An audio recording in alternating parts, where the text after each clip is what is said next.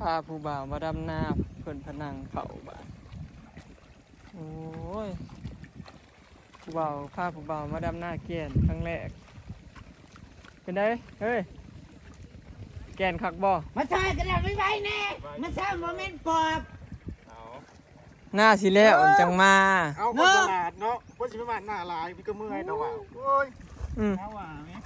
ข้าวสลัดข้าวสลัดข้าวซอยเลยพี่น้องพี่ทางนี้มันจิ๋วข้าวซอยอยู่เด้อสวัสดีนะกันแล้ววันตรงไหนนี่อะไรกระจางคนคือกันเป็นแล้วแล้วแต่มือชูนี่ป้าทักมาเมื่อนี่เนาะบอกเราเบิ่งคลิปเมื่อวานนี่แล้วเลี้ยงนี่เราชิมาเราพอดีเป๊ะเลยเพิ่นน่ะเดี๋ยวซ้ำให้บอกเด้อเพิ่นน่ะโอ้ยเขาดับมือละ10กันเลยว่ะจากกูบัวเรือซ้ำหายมาหยังเอากระเซ็ตบอกได้คันมันเรือซ้ำหายในเซ็ตบอกให้เด้อก่อนสิไปบ่เรือหายเรือจังบอกเอ้ยถ้าซ้ำเพื่อเข้ารถมาบ่ดำไม่ไหวแล้วให้นี่นะป้าให้บ่าววงผู้เดียวนี่เฮาก็ขึ้นเทิงผู้ไปดำตะกะป้าไอ้เราก็เอามาลา2 คนอยู่บ้านเขาก็ขึ้นนั่น12 โมงบ่ได้12 โมงนั่นจังได๋เจ้านะหัวลง10 โมง11 โมงลงอ่ะลงนาสิแตกเนาะดำนาชั่วโมงเดียวชมเป็นหมู่ข่อยดีเพื่อข่อยสิลงอันนี้ก็10 โมงลงย่ำแรงก็4 โมงลงเนี่ยลงนะ4 โมงละ5 โมงขึ้นเด้อบัดนี้ขึ้น6 โมงก็ลงประมาณ3 โมงปลาย4 โมงก็ไปพอกับแม่ทำขาเด้อเพื่อสิตัดคลิปอันนี้คือกันนี่ย่ำเช้าเนี่ยลง10 โมงตอนนี้10 โมงนี่ฮะก็ลงมานี่บัดนี้ตอนแรงอีกได้ลง4 โมงเพื่อสิย่างลงมาแล้วก็มานั่งอยู่นี้เพื่อสิลงดำนาสรุปนะแต่ละมื้อดำนา2 มัดแล้วก็ขึ้นเมื่อวานนี่ก็ขึ้นเมื่อปะหมู่สิว่าให้ฟังพี่น้องโอ้ยมะพร้าวกูเมื่อวานนี่ดำว่าหน้าเพิ่นหน้าแถวไม่เท่ามาล่านี่เพิ่นดำหน้าแถวเพิ่นแล้วเมื่อวันแนมหากับบ่เห็นอะไรหมู่ดำให้อันน้ำสางเนาะหน้าสิแล้วก็แซ่แล้วบาดนี้เมื่อป้าแนมหากับบ่เห็นบาดนี้บ่แล้วหักคักๆพอโลเห็นแต่รถคนเมื่อล่ะลงแม่มาสวย10 โมงเลยนี่อีกาดำนี่ลงชะไม่บอกบักลาน้องมาจากเอื้อยน้องขโมยคือกันอะไรเป็นนางเอื้อยสีดำดอกจอยแล้วสิหันมาเมื่อยก็เรื่องของมึงบักภาคอ๋อนี่เขาเจ้านี่บ่ข้าวเจ้าฮะก็ได้ใส่นี่นะบอกกี้ไห้นี่ประมาณนี้พี่น้องสรุปมือนี่บอกวงมาซอยพี่น้องเปิดมาซ้ำหน้าไห้ดีซีค้าขึ้นไปซ้ำอำลาต่อเจ้าเข้าไปเอาเจ้าเข้าไปรอบสวยได้คนหลายเนาะ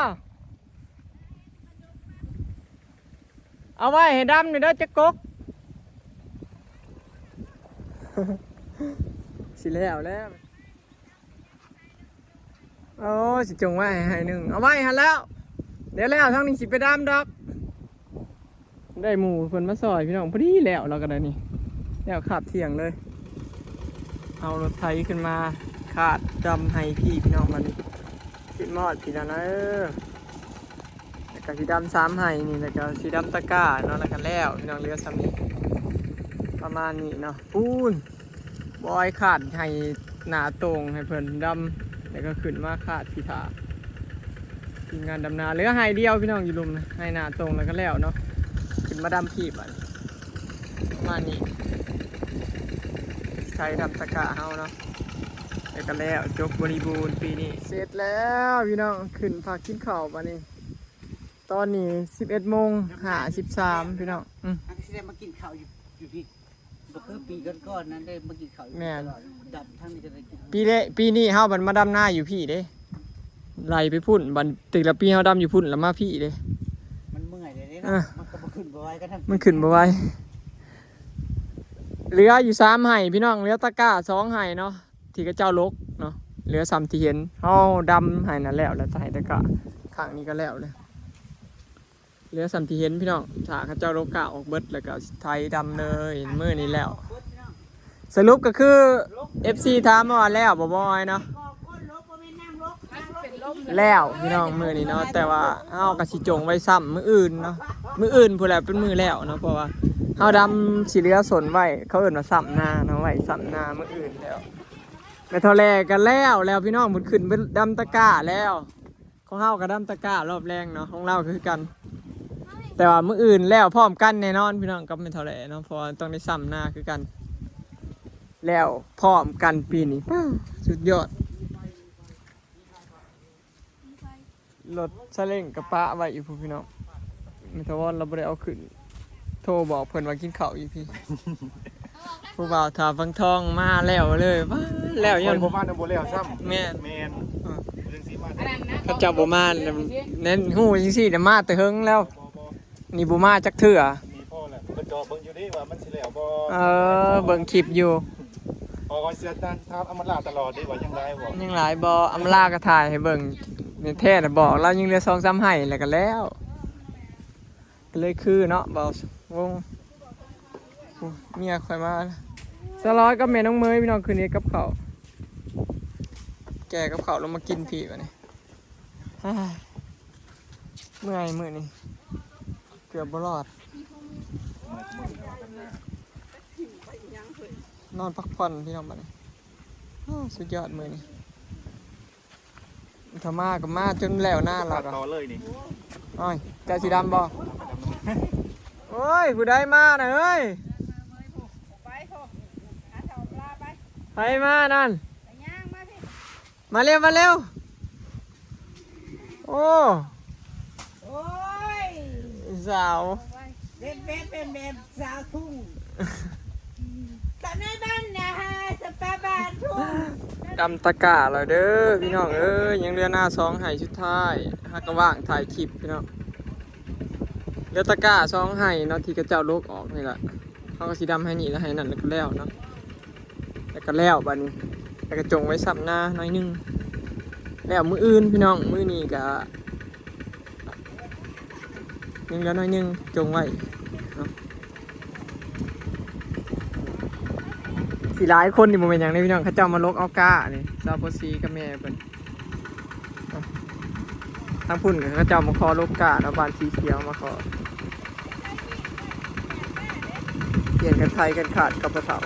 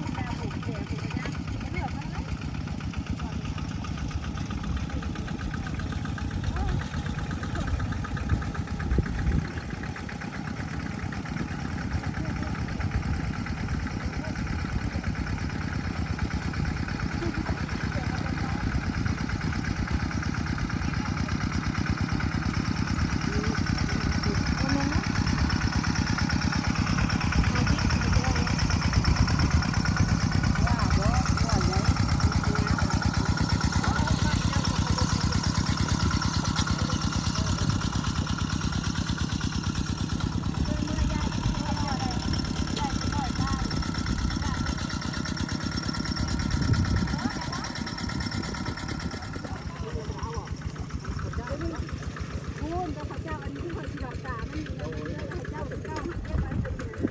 แม่ไว้ช่วยดับช่องให้นี่ดอกตา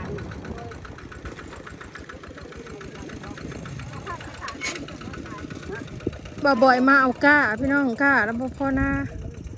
ก้าข้าวเจ้า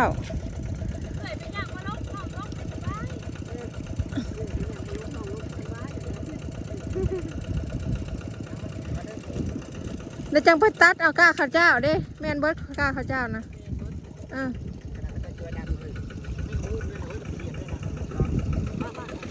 เร่งเร่งเร่งเร่งเร่งทั้งไทยทั้งขาดพี่น้องเอ้ยฮึบ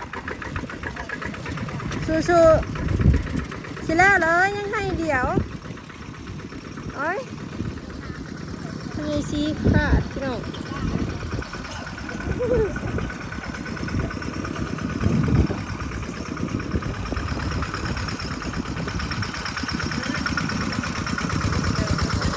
ให้ตะกร้า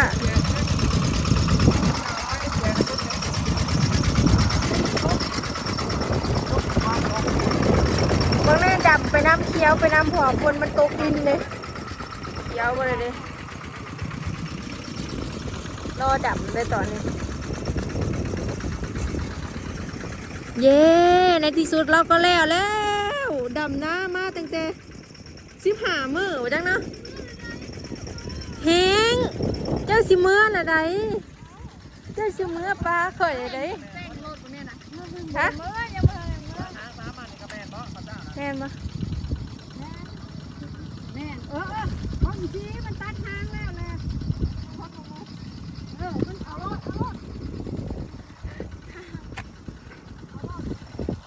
บอสดำหน้าหอดเดือนแล้วบอสจักว่าเลขสิออกมาจากน้องมันเลขไทยเลย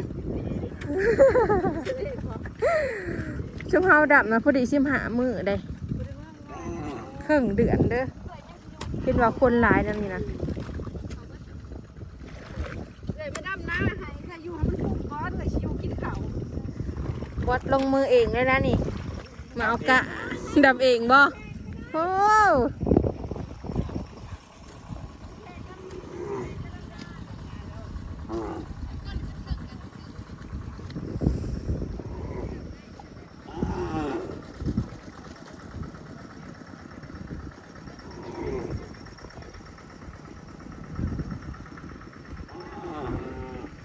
รอดถ่าดำ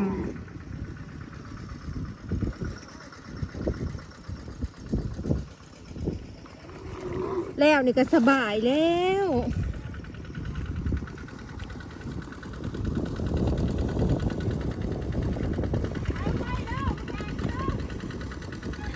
เมื่อไทยนะเป็นยุขาดนะได้เพิ่นว่าแม่นบ่บ่มีนะ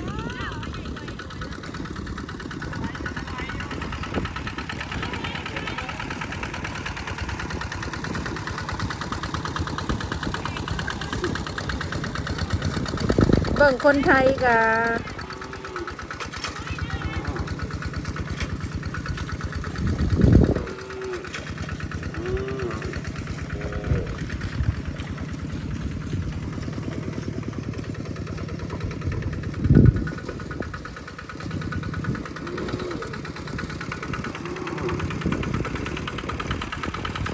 ย่างจนชิปิว สิแล้วเลย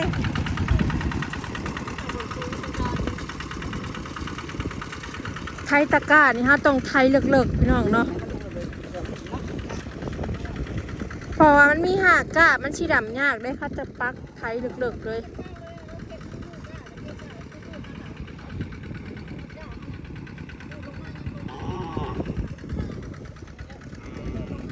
ในที่สุดก็แล้วเนาะสิได้มีแฮงอันได้นี่อันนี้ก็เขาจะบ่แม่นก้าข้าวเหนียวพี่น้องแห่งสิเมื่อปลาได้นี่มาได้มาแรงได้เฉยเห็นนะ สิให้เห็นนะกินยังแห่งแมลงแก้ว FC สิเลี้ยงยังได้นี่หัวนี่ได้หัวแล้ว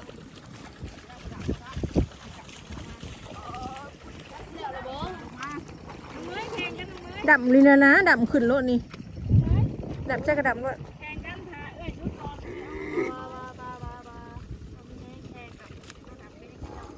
เมื่อบ่มีแข่งไผสิเป็นคนจ่ายเงินเจ้าน่ะ แปลว่า คันชนะเราจะกินเบียร์มื้อแรงเนาะ บอสชนะแล้วเอาเงินเจ้าแข่งดังเป็นเจ้าก็ได้ บ่ได้ซื้อเงินมาจากบาทเดี๋ยวนี้นะเบิด ถ้าเขาบชนะก็เสียเงินเจ้า เท่าไรเลย100เนาะถ้าไปชนะได้100เนาะมันมีต้องมีอันดับ1อันดับ2เนาะวะเจ้าแข่งกันก็คอยแล้วเจ้าดำไว้บ่ล่ะฮะจะเบิ่งก่อนได้เฮ้ยถ้าเจ้าแข่งดำไว้ทำไม